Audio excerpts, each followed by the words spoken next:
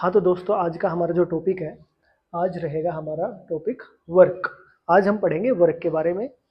आज हम पढ़ेंगे वर्क होता क्या है और किस टाइप का होता है, और हमारे जो एग्ज़ाम है उसके अंदर वर्क के किस तरह के क्वेश्चन आते हैं। ठीक है, आज जो रहेगा वर्क। अब सबसे पहले हम बात करते हैं वर्क होता क्या है। तो मान लीजिए कि वर्क होता है कार्य, है ना। तो मान लीजिए कि हम कोई भी वस्तु है, अगर किसी भी वस्तु के ऊपर कोई फोर्स लगाते हैं। मान लीजिए मैंने ये कोई ऑब्जेक्ट है, इस ऑब्जेक्ट के ऊपर मैंने कोई फोर्स लगाया एफ। ठीक है, जब ये फोर्स एफ लगेगा तो ये वस्तु क्या करेगी, अपनी जगह से मूव करेगी। पहले ये यहाँ पे थी, अब ये कहाँ पहुंच जाएगी, यहाँ पहुंच जाएगी। ये इससे भी आगे कहीं पे भी पहुंच जाएगी। तो जब इस वस्तु के ऊपर हम कोई फोर्स अप्लाई करेंगे, तो जब फोर्स लगेगा तो वस्तु की क्या है, जो स्थिति है वो चेंज हो जाएगी। मतलब जो वस्तु है, इसका जो डिस्प्लेसमेंट है वो कुछ ना कुछ चेंज हो जाएगा। पहले वस्तु पॉइंट ए पे थी, अब पॉइंट कहाँ पे पहुंच गई है, बी पे पहुंच गई है। क्या लगाने पे, फोर्स लगाने पे। तो जब हम किसी वस्तु के ऊपर फोर्स लगाते हैं और उस फोर्स की वजह से किसी भी वस्तु की स्थिति में चेंज आता है, या फिर कोई भी वस्तु अपनी जगह से आगे की तरफ विस्थापित होती है, या पीछे की तरफ विस्थापित होती है, ऊपर की तरफ विस्थापित होती है, नीचे की तरफ विस्थापित होती है, तो उससे हम क्या कहेंगे कि हमारा कुछ ना कुछ वहां पे कार्य हुआ। ठीक है, अब मान लीजिए कि मैं बात करता हूं सिंपल से वर्ड में कि मैंने कोई ना कोई लेबर वाला रखा अपने पास, है ना। जब मैंने कोई लेबर वाला अपने पास रखा, तो लेबर वाले को मैं क्या बोलूंगा कि मुझे कार्य करके दो। अब मान लीजिए मैंने लेबर रखी है अपने घर बनाने के लिए, है ना। तो हमने जब अपना घर बनाने के लिए रखा है कोई भी लेबर, तो मान लीजिए कि उसने हमारी एक दीवार बनाना स्टार्ट की। पहले हमारी दीवार कहाँ थी, इतनी थी। ठीक है, अब उन्होंने इसके ऊपर कुछ वर्क स्टार्ट किया, तो हमारी जो दीवार है, पहले की स्थिति ये थी, अब दीवार की स्थिति कहाँ पहुंच गई, यहाँ पे पहुंच गई है। तो हम कब कहेंगे कि कुछ कार्य हुआ है, जब उन्होंने अपना कुछ फोर्स लगा के ये दीवार है यहाँ से कहाँ पहुंचा दी, यहाँ पे। मतलब कि जो इसका कुछ ना कुछ दीवार का क्या हुआ है, विस्थापन हुआ है। तो हम क्या कहेंगे कि हाँ जी, हमारा कोई ना कोई वर्क हुआ है। ठीक है, तो वर्क क्या है, वर्क सिंपल सी भाषा में वर्क तभी बोला जाएगा जब किसी वस्तु पे कोई फोर्स लगाया जाएगा और उस फोर्स की वजह से जो वस्तु है उसकी स्थिति में चेंज होगा, है ना। वर्क क्या होगा, W से परिभाषित हम वर्क को करेंगे, W से डिनोट करेंगे। F क्या है, फोर्स है, S क्या है, डिस्प्लेसमेंट है या फिर विस्थापन है। ठीक है, तो अब देखिए सिंपल सा है बिल्कुल। तो वर्क क्या है, force is applied on any object and move same displacement, then work is done. Work is said to be done when a force is applying on any object and it get displaced. ठीक है, simple सी भाषा में यही बोलेंगे। हिंदी में बोलेंगे, यदि किसी वस्तु पर बल लगाया जाता है तो उस वस्तु में क्या होता है, कुछ ना कुछ विस्थापन होता है। इसी को क्या कहेंगे, कार्य कहेंगे। ठीक है, W is equal to F S. बहुत ही इंपॉर्टेंट टॉपिक रहने वाला है, जो हमारे रेलवे है इससे एक क्वेश्चन जरूर पूछता है, चाहे वो न्यूमेरिकल के फॉर्म में हो या फिर डायरेक्ट ही इस फॉर्म में हो कि W is equal to F S, है ना। फोर्स गुना में डिस्प्लेसमेंट या फिर विस्थापन। अब बात करते हैं जो वर्क होता है, इसकी एसआई यूनिट क्या होती है। वर्क की जो एसआई यूनिट है वो क्या होगी, न्यूटन मीटर या फिर जूल। न्यूटन मीटर या फिर जूल। ठीक है, और अगर बात करें सीजीएस यूनिट, तो सीजीएस यूनिट क्या रहेगी, अर्ग। ठीक है, अर्ग। अर्ग क्या रहेगी इसकी, सीजीएस यूनिट रहेगी। और अगर बात करूं एक जूल में कितने अर्ग होते हैं, तो क्या रहेगा, 10 की शक्ति 7, 10 की पावर 7 अर्ग। ठीक है, ये इतने क्या रहेंगे, अर्ग रहेंगे एक जूल में। ठीक है, समझ में है, सिंपल सा है, ये फॉर्मूला याद रखना है। वर्क का क्या होता है, फोर्स इनटू डिस्प्लेसमेंट। ठीक है, फोर्स इनटू डिस्प्लेसमेंट। अब बात करते हैं कि हमारा जो वर्क है वो किस प्रकार की राशि है। वर्क क्या है, एक आदिश राशि है। ठीक है, आदिश राशि है। अब मैंने ये क्यों बोला कि आदिश राशि क्या है, या फिर ये क्या है, एक स्केलर क्वांटिटी है। अब मान के देखिए कि मैंने किसी भी वस्तु के ऊपर कोई फोर्स अप्लाई किया, ठीक है, किसी भी वस्तु के ऊपर कुछ ना कुछ फोर्स अप्लाई किया। फोर्स अप्लाई करने से मुझे नहीं पता है कि वो किस तरफ डिस्प्लेस होगी। मान लीजिए कि एक कोई वस्तु है, ठीक है, ये कोई वस्तु है, मैंने इस पे इस तरफ फोर्स लगाया, ठीक है, एफ मैंने लगाया है इस डायरेक्शन में, तो जो इसका सिंपल सा क्या है, ये विस्थापित किस डायरेक्शन में होनी चाहिए थी, जो इसका डिस्प्लेसमेंट है वो भी इसी डायरेक्शन में होना चाहिए था, ठीक है। अब मैं बोलता हूं कि मैंने ये वस्तु क्या कर दी, मैंने एक वस्तु ये धागे के साथ बांध दी, ठीक है। अब मैं जब इस पे फोर्स लगाऊंगा तो वस्तु इधर जाने की बजाय किधर जाएगी, इधर जाएगी, कोई ना कोई एक एंगल बन जाएगा, ठीक है। अब मान लीजिए कि जो ये वस्तु है, ये वस्तु है जो यहाँ पे मैंने एक धागे के साथ इसको लटका रखा है वस्तु को, और ये ऐसे करके यहाँ पे है, ठीक है। अब मान लीजिए मैंने इसको फोर्स लगाया, मैंने इसको फोर्स लगाया, और ये वस्तु जो है ये बहुत ही भारी है, ये ऑब्जेक्ट बहुत ही भारी है। जब मैं इसके ऊपर फोर्स लगा रहा हूं तो मैं फोर्स इधर लगा रहा हूं, लेकिन वस्तु क्या है, मुझे वापस धकेल रही है। तो ये क्या है, जो विस्थापन है इसका किस डायरेक्शन में हो जाएगा, इस डायरेक्शन में हो जाएगा। तो कहने का मतलब ये है कि जब मैं कोई फोर्स अप्लाई करता हूं तो मुझे नहीं पता है कि जो वस्तु है वो किस डायरेक्शन में डिस्प्लेस होगी या किस डायरेक्शन में जाएगी, ठीक है। तो इससे दिशा का कोई वास्ता है ही नहीं है। जब हमें कोई दिशा से लेना देना ही नहीं है तो इसका मतलब क्या है कि वो एक क्या रहेगी, एक स्केलर क्वांटिटी रहेगी या फिर एक अदिश राशि रहेगी, ठीक है। अब देखिए क्या है कि डायमेंशन फॉर्मूला की बात करें तो इसका डायमेंशन फॉर्मूला क्या रहेगा, एम एल की टू टी की -2। जो हमारी जो फर्स्ट क्लास थी उसके अंदर ही हमने वर्क के बारे में पढ़ा था। वर्क क्या होता है, फोर्स इनटू डिस्प्लेसमेंट, ठीक है। जो फोर्स है वो क्या रहेगा, M L to M L की पावर 2 टी -2, ये क्या रहेगी इसकी यूनिट क्या वो डायमेंशन फॉर्मूला रहेगा, ठीक है। अब देखिए क्या है, मैंने क्या बोला, इस एग्जांपल की मदद से समझते हैं कि जब मैंने फोर्स इधर लगाया तो वस्तु को इधर जाना चाहिए था, लेकिन क्या है इस धागे की वजह से वो क्या एक एंगल ले लेगी, है ना, एक एंगल ले लेगी, एक एंगल क्या रहेगा, थीटा रहेगा। तो जब किसी वस्तु पे फोर्स लगाने पे जो वस्तु है किसी न किसी एंगल में डिस्प्लेस हो जाए, तब हमारे पास क्या फॉर्मूला रहेगा, W is equal to F S cos theta. F क्या है फोर्स, एस क्या है डिस्प्लेसमेंट, कोस थीटा क्या रहेगा, क्योंकि जो वस्तु है इधर जाने की बजाय किधर मूव कर गई है, इधर वाली साइड मूव कर गई है, ठीक है। इस वजह से जो हमारा इस स्थिति में जो वर्क होगा वो क्या रहेगा, W is equal to F S cos theta, ठीक है। नोट करने की चीजें इसको नोट कर लीजिए, बहुत ही प्यारा सा आगे क्वेश्चन बनेंगे इसके ऊपर, ठीक है। बहुत ही अच्छा टॉपिक है ये, एक क्वेश्चन जरूर आ जाता है, ठीक है। अगर हम प्रीवियस ईयर के क्वेश्चन भी देखें उठा के तो एक क्वेश्चन मिल ही जाता है इससे, ठीक है। अब ये नेक्स्ट क्वेश्चन करते हैं। देखिए क्वेश्चन क्या है, पढ़ लीजिए। क्वेश्चन में हमारा बताया गया है कि कोई भी फोर्स, एक 10 न्यूटन का बल किसी भी वस्तु को 10 मीटर विस्थापित कर देता है। यदि कार्य 50 जूल है तो कोण कितना होगा, कोण कितना होगा, कोण के बारे में पूछा है, ठीक है। अभी मैंने बताया था W इज इक्वल टू क्या होता है, W is equal to F S cos theta, ठीक है। W क्या दिया है इसके अंदर 50 जूल, वर्क क्या दिया है 50 जूल। फोर्स की बात करें, फोर्स कितनी दी है 10 न्यूटन, 10 न्यूटन। अगर बात करें डिस्प्लेसमेंट की, वो कितना दिया है 10 मीटर, ठीक है, इंटू 10 मीटर कोस थीटा, ठीक है। ये हो जाएगा 10 इंटू 10 100, ये क्या हो जाएगा 50/100 is equal to cos theta, ठीक है। अगर देखें तो 50 से कट जाएगा, कितना हो जाएगा 1/2, ठीक है, 1/2 cos theta is equal to 1/2, है ना।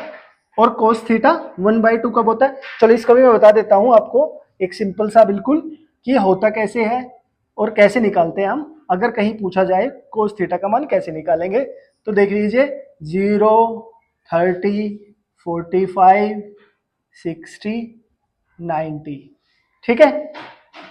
अब बात करते हैं, पहले हम ये इधर लिख देते हैं साइन थीटा, यहाँ पे कोस, यहाँ पे टेन। साइन का निकालना तो क्या करेंगे हम, 0 1 2 3 4, ठीक है, और divide by 4 divide by 4 divide by 4 divide by 4 divide by 4, इसका रूट लगा दो,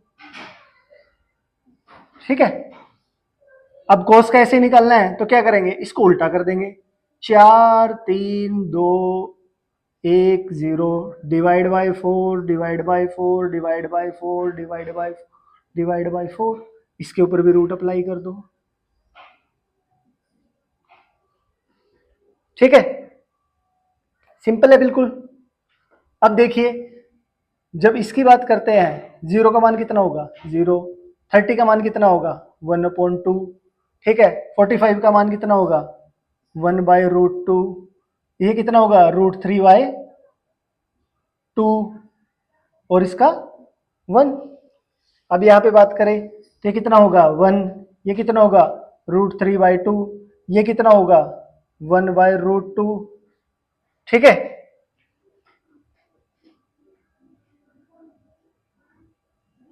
ये कितना होगा यहाँ पे 1/2, ये कितना होगा 0।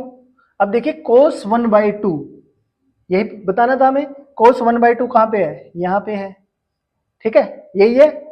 cos 1/2 किसका मान है 60 का, तो cos थीटा किसके बराबर हो जाएगा, ये 60 डिग्री के।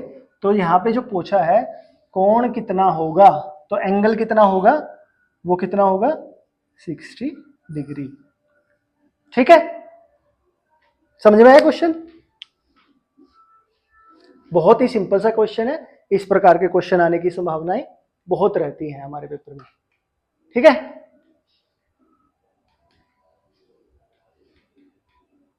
नेक्स्ट क्वेश्चन देखिए, नेक्स्ट क्वेश्चन क्या है,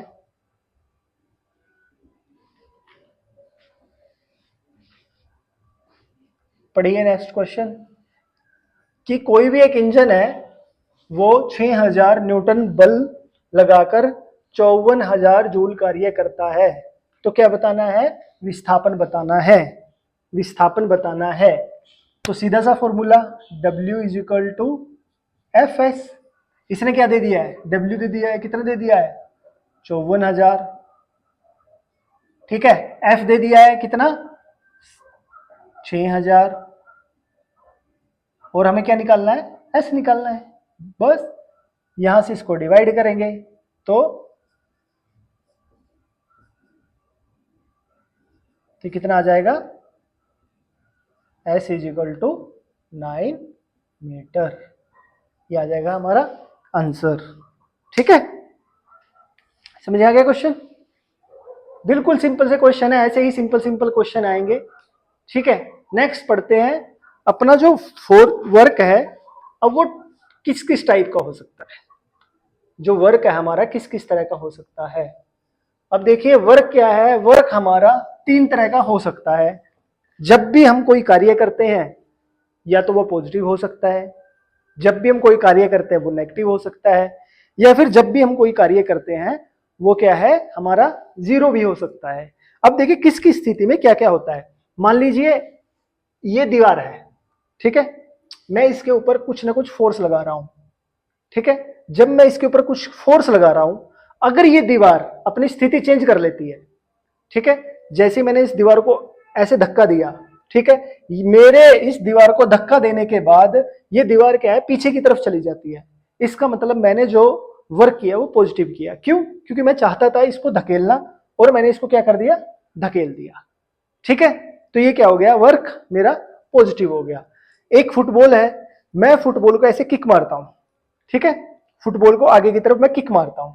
जब मैं फुटबॉल को आगे की तरफ किक मारता हूं तो फुटबॉल क्या आगे की तरफ चली जाती है, ठीक है। तो इसका मतलब क्या है कि जो वर्क है वो क्या हुआ है, पॉजिटिव हुआ है, क्योंकि मैं चाहता था कि जिस डायरेक्शन में मैं उसको मार रहा हूं, जिस डायरेक्शन पे मैं उसको फोर्स अप्लाई कर रहा हूं, वो उसी डायरेक्शन में जा रही है गेंद, इस वजह से क्या है वर्क क्या है पॉजिटिव हुआ है, ठीक है।